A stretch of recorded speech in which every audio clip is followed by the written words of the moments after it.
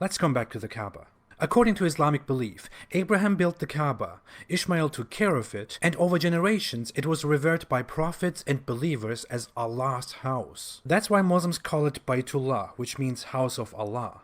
In the Quran it is also mentioned as sacred house, revered house, and so on. The black stone at one corner of the Kaaba is also believed to have been placed there by Abraham. But at the time of Muhammad, the Kaaba was held holy by Arab pagans, not by Christians and Jews. Muslims and some scholars close to Islam also claim that Christians and Jews regularly paid respect to the Kaaba, but there is no such evidence. As for how the Kaaba became a pagan site, Muslims explain that people became over time inclined towards polytheism and idolatry, which would explain why there were idols in the Kaaba during Muhammad's time. But the Kaaba, according to Islamic sources, was nevertheless dedicated to one god, and was also a very important site, because Mecca was a trade center that was visited by people of all kinds of beliefs. Again, according to Islamic tradition and belief, Muhammad started preaching at the Kaaba once he declared his prophethood. And after he was driven out of Mecca and fled to Medina, he came back again to conquer Mecca, and then he entered the Kaaba, destroyed all idols belonging to the pagans, let it clean out, and dedicated it again only to Allah. The destruction of other people's holy artifacts by Muhammad is ironically not seen as an aggression by Muslims. It is seen as a just cause because Muhammad claimed the Kaaba for Allah, his own God. Imagine founding a new religion, going to Mecca, destroying the Kaaba, building your own temple there instead, and saying, well, that's what my God told me. Imagine the Islamic outcry if that happened. The Kaaba, a central symbol in Islamic tradition, is often misunderstood and misrepresented.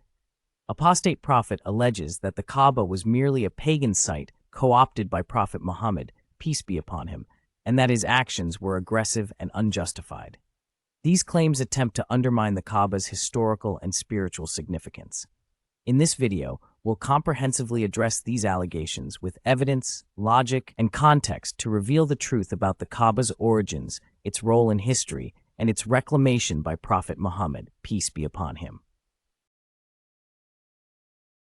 It is alleged that Muslims claim Abraham built the Kaaba without any evidence of Jewish or Christian reverence for it.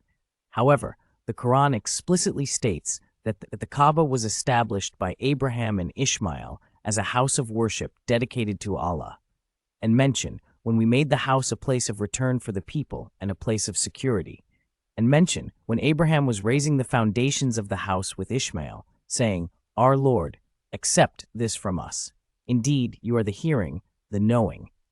Surah Al-Baqarah 2, 125-127. This aligns with the Islamic belief in the continuity of monotheistic teachings, presenting the Kaaba as a universal symbol of submission to Allah. Historical context. While it's true that Jews do not traditionally revere the Kaaba, this divergence stems from geographical and doctrinal developments.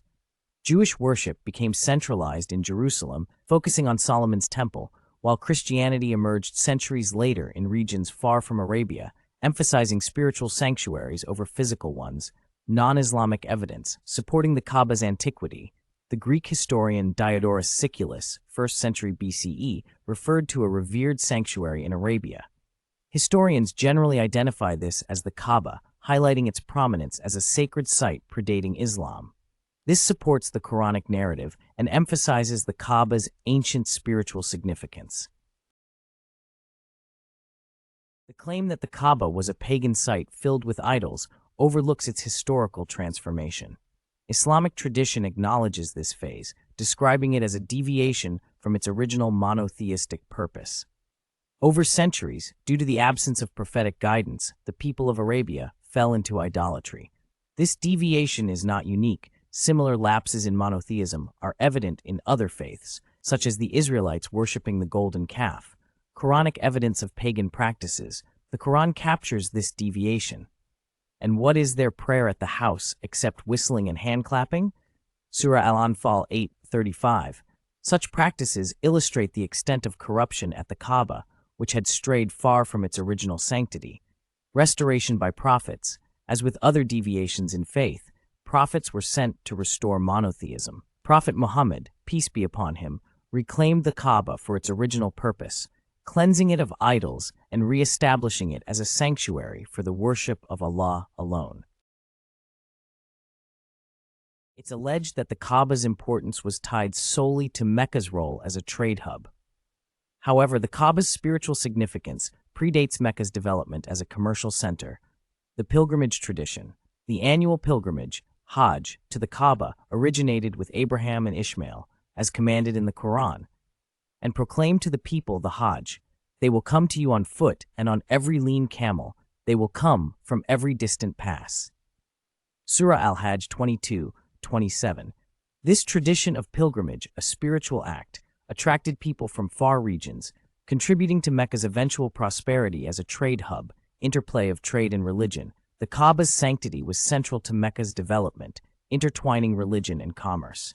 However, the spiritual importance of the Kaaba far outweighs its economic implications, as it served as a symbol of monotheism and a place of worship long before trade flourished in the region.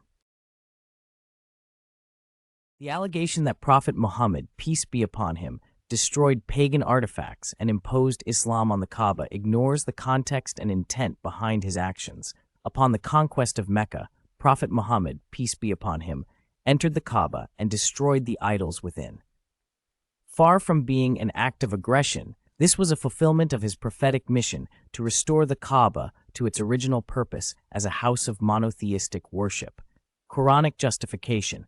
The Quran commands believers to worship Allah alone and reject idolatry, and incline your face toward the religion, inclining to truth, and never be of those who associate others with Allah. Surah Ar-Rum 30:30. Respect for other places of worship. Despite his actions at the Kaaba, Prophet Muhammad, peace be upon him, ensured the protection of other religious sites, including synagogues and churches. The Kaaba, however, was unique in its Abrahamic origins and purpose as a sanctuary for the worship of Allah. Reclaiming the Kaaba was not an imposition, but an act of justice, restoring it to its rightful role as a place of worship for Allah alone. The destruction of idols in the Kaaba is often criticized as unjust aggression. However, this action was a purification of a desecrated sacred site, not an attack on others' beliefs. Comparison with biblical examples. In the Bible, Jesus is depicted cleansing the temple in Jerusalem of money changers, an act celebrated as the purification of a sacred space. Prophet Muhammad's, peace be upon him, actions at the Kaaba were similarly motivated by the principle of restoring sanctity, inclusivity of the Kaaba. The Quran describes the Kaaba as a guidance for all humanity. Indeed, the first house of worship established for mankind was that at Mecca, blessed and a guidance for the worlds.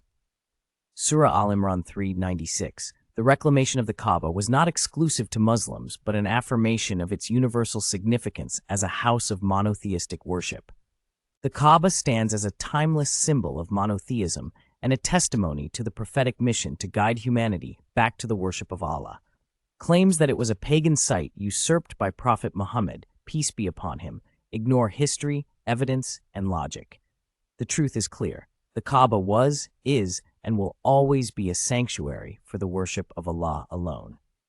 Thank you for watching. If you found this video informative, don't forget to like, share, and subscribe to support the channel. May Allah guide us all to the truth and strengthen our faith. Assalamu alaikum.